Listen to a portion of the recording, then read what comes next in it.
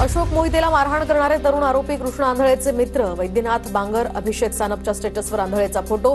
दोन्ही तरुणांनी कृष्ण आंधळेच्या वाढदिवसानिमित्त ठेवलं होतं स्टेटस। माझ्या 36 गुंठे जमिनीचा घोटाळा झालाय, सारंगी महाजनांचा धनंजय मुंडेंवर आरोप। तर मुंडेंना माझी 36 गुंठे जमीन घेऊन काय मिळणार होतं, महाजनांचा सवाल। धनंजय मुंडेंनी स्वतःच पद वाचवण्यासाठी आता आटापिटा सुरू केलाय। मुंडेंनी पदाचा राजीनामा द्यावा, सारंगी महाजनांची मागणी। कोल्हापूरचे माजी खासदार संजय मंडलिक यांचं महायुतीकडून पुनर्वसन होण्याची शक्यता। विधान परिषदेसाठी संजय मंडलिक यांचं नाव आता फायनल झाल्याची चर्चा। राहुल सोलापूरकर जिथे दिसेल तिथे ठेचा, अशांना गोळ्या घालाव्यात असं मला वाटतं। राहुल सोलापूरकरच्या वादग्रस्त विधानानंतर उदयनराजे आक्रमक। राहुल सोलापूरकर ही औरंगजेबाची औलाद, फडणवीसांनी अशा देशद्रोहाचा गुन्हा दाखल करावा, उदयनराजेंची मागणी।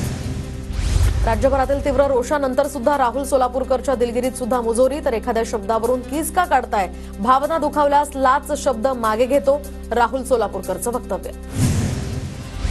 शिवरायांबद्दल केलेल्या वक्तव्यानंतर ठाकरे गटही आक्रमक। अभिनेता राहुल सोलापूरकरच्या घरासमोर प्रतिमेला जोडे मारत आंदोलन, सोलापूरकरला अटक करण्याची सुद्धा मागणी। छत्रपती शिवाजी महाराज आमचं दैवत आहे, कुणी काही बोलत असतील तर आमच्या भावना भडकणारच, नितेश राणे यांचा संताप। तर भविष्यात उगाच कुणी वळवळ करण्याचा प्रयत्न करू नये असाही दिला इशारा। पुण्यातील भांडारकर इन्स्टिट्यूटकडून राहुल सोलापूरकर यांच्यावर कारवाई करण्याची तयारी। तर राहुल सोलापूरकर यांना विश्वस्त पदावरून हटवण्याची शक्यता। भांडारकर इन्स्टिट्यूटच्या नियामक मंडळाची लवकरच बोलावली जाणार बैठक। गेल्या 2 वर्षांपूर्वी राहुल सोलापूरकर भांडारकर इन्स्टिट्यूटचे विश्वस्त। राहुल सोलापूरकरांच्या पुण्यातल्या घराबाहेर पोलिसांचा बंदोबस्त। तर 5 पोलीस पिंजरा व्हॅनसह पोलिसांचा मोठा बंदोबस्त इथे तैनात। कालच्या आंदोलनानंतर सोलापूरकरच्या घराबाहेर पोलिसांचा बंदोबस्त वाढवला। अभिनेता राहुल सोलापूरकरवर देशद्रोहाचा गुन्हा दाखल करा, आमदार अमोल मिटकरींची राज्यपालांना पत्र लिहून मागणी। तर सोलापूरकरनं माफी मागितली असली तरी त्याला माफ करू नये, पत्रात मागणी।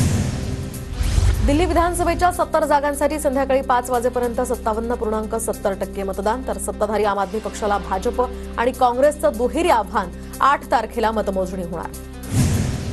3 एक्झिट पोलनुसार आम आदमी पक्षाला धक्का। तर राजधानी दिल्लीमध्ये भाजप सत्ता स्थापन करणार। पोल डायरीनुसार भाजप 42 ते 50 जागा, तर आपला 18 ते 25 जागा मिळणार आणि काँग्रेसला चक्क 2 जागा मिळण्याचा अंदाज। पोल डायरीच्या एक्झिट पोलनुसार आता दिल्लीत भाजपची सत्ता, भाजपला 42 ते 50 जागांचा अंदाज। तर आप या पक्षाला 18 ते 25 जागांचा अंदाज। चाणक्याच्या एक्झिट पोलनुसार दिल्लीमध्ये आपला धक्का, भाजपला 39 ते 44 जागांचा अंदाज। तर आपला 25 ते 28 जागांचा अंदाज। काँग्रेसला फक्त 2 ते 3 जागा मिळू शकतात असा अंदाज। तर माइंड ब्रिंक्सच्या एक्झिट पोलनुसार दिल्लीमध्ये आपचं सरकार, आपला 44 ते 49 जागांचा अंदाज। यासह भाजपला 21 ते 25 जागा मिळण्याची शक्यता। तर मॅट्रिक्सच्या पोलनुसार दिल्लीमध्ये भाजपला 35 ते 40 जागा, तर आपला 35 ते 36 जागा आणि काँग्रेसला केवळ 0 ते 1 जागा मिळण्याचा अंदाज। दिल्लीमध्ये भाजप निवडून येईल, मला अपेक्षा, भाजपची सत्ता येईल, मुख्यमंत्री देवेंद्र फडणवीसांची प्रतिक्रिया। आष्टी उपसा सिंचन योजनेचं मुख्यमंत्री फडणवीसांच्या हस्ते उद्घाटन। मंत्री पंकजा मुंडे, विखे पाटलांची कार्यक्रमाला उपस्थिती। तर डोळ्याच्या ऑपरेशनमुळे धनंजय मुंडे गैरहजर। आदित्य ठाकरेंना ताब्यात घेऊन चौकशीची गरज का, हे पटवून द्या, हायकोर्टाकडून याचिकाकर्त्यांना 2 आठवड्यांची मुदत। दिशा सालियन प्रकरणामध्ये आदित्य ठाकरेंच्या चौकशीची याचिकेतनं मागणी। ऑपरेशन टायगरची पूर्वतयारी यशस्वी, येत्या काळात यशस्वी ऑपरेशन झालेलं दिसेल, मंत्री शंभूराज देसाईंचं सूचक विधान। मुख्यमंत्री फडणवीसांसोबत कुठलीही राजकीय चर्चा झाली नाही, मतदारसंघातील विविध विकास कामांसंदर्भात चर्चा करण्यासाठी गेलो होतो। खडसेंच्या भाजप प्रवेशाच्या चर्चा आणि फडणवीसांच्या भेटीवर एकनाथ खडसेंची माहिती। बोर्डाच्या परीक्षेला अतिरिक्त 10 मिनिटं विद्यार्थ्यांना आता वेळ मिळणार। तर 12वीची 11 फेब्रुवारी ते 18 मार्च या दरम्यान परीक्षा होणार। तर 21 फेब्रुवारी ते 17 मार्च दरम्यान 10वीची परीक्षा पार पडणार। ठाण्यातील अंबरनाथ, उल्हासनगर, कल्याण आणि डोंबिवली शहरांमधील पाणीपुरवठा शुक्रवारी बंद राहणार। जांभूळ जलशुद्धीकरण केंद्रावर दुरुस्तीचं हे काम केलं जाणार। तर पाणी जपून वापरण्याचं आता नागरिकांना आवाहन। कळवा, मुंब्रा आणि दिवा या ठिकाणी शुक्रवारी पाणी पुरवठा बंद राहणार। एमआयडीसीच्या जलवाहिनीवर तातडीची दुरुस्ती करण्यात येणार असल्यामुळे 24 तास पाणी पुरवठा बंद राहणार। कल्याण शिळफाटा रोडवर रात्री 12 वाजेपासून 5 दिवस जड वाहनांना बंदी। तर निळजे जवळील पुलाच्या पुनर्बांधणीसाठी 5 दिवस या वाहतुकीत बदल। 10 फेब्रुवारीपर्यंत जड वाहनांना या ठिकाणी पर्यायी मार्गाचा वापर करावा लागणार। नवी मुंबईच्या आरटीओचा मुजोर, रिक्षा चालकांवर आता कारवाईचा बडगा। तर भाडे नाकारणं यासह कधी मीटर न टाकता सरसकट भाडे आकारण्याचा प्रवाशांना फटका.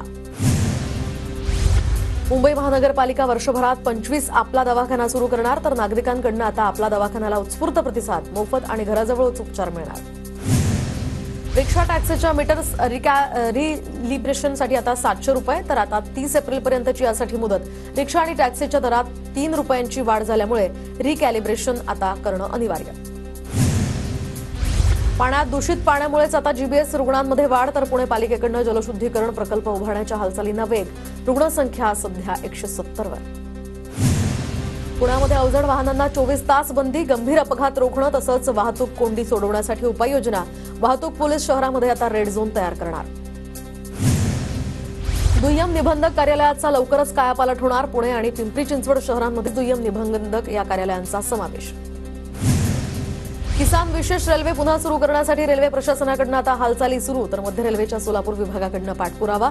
शेतीमाल लांब पल्ल्यांच्या या बाजारपेठांमध्ये पोहोचवण्यासाठी विशेष रेल्वे सुरू करण्यात आली होती.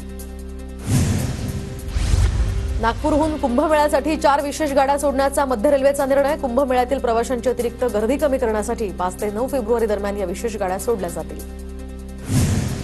आगामी सिंहस्थ कुंभमेळ्याच्या पूर्वतयारीसाठी नाशिक महापालिका 140 अभियंत्यांची पदं भरणार. तांत्रिक मनुष्यबळाचा तुटवडा दूर करण्यासाठी ही पदं भरण्यास राज्य शासनाची ही मान्यता. नागपूरच्या क्रिकेट रसिकांसाठी आता मेट्रोची सेवा रात्री 11:30 वाजेपर्यंत. आज भारत आणि इंग्लंडचा अखेरचा T20 सामना. मागेल त्याला सौर कृषी पंप. महावितरणचं 100 दिवसांचं हे उद्दिष्ट 60 दिवसात पूर्ण. 16 मार्चपर्यंतचं उद्दिष्ट 4 फेब्रुवारीलाच पूर्ण. बोर्डाच्या परीक्षेला अतिरिक्त 10 मिनिटं. विद्यार्थ्यांना आता वेळ मिळणार. 12वीची परीक्षा ही 11 फेब्रुवारी ते 18 मार्च दरम्यान होणार, तर 21 फेब्रुवारी ते 17 मार्च दरम्यान 10वीची परीक्षा पार पडणार. धुळे पालिकेचा मालमत्ता कर हा 6% कमी करण्याचा निर्णय. महापालिकेचे आयुक्त अमिता दगडे यांचा निर्णय.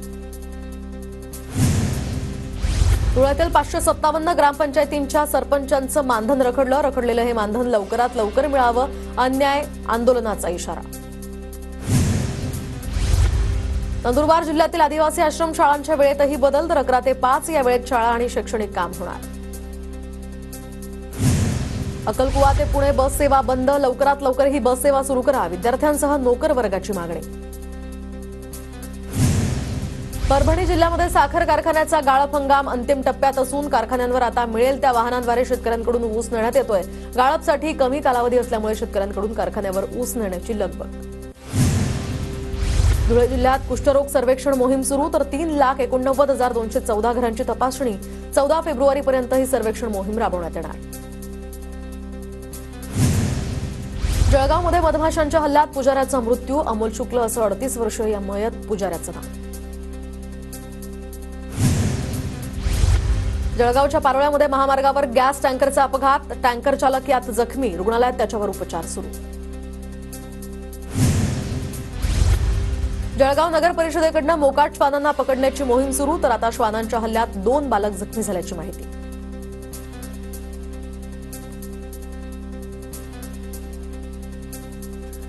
तर जळगाव नगर परिषदेकडून आता मोकाट श्वानांना पकडण्याची मोहीम हाती घेण्यात आलेली आहे. या ठिकाणी अनेकांना या कुत्र्यांनी चावा घेतल्याचं कळतंय. त्यामुळे लवकरात लवकर यावर महापालिकेनं उपाययोजना कराव्यात अशी मागणी होती आहे.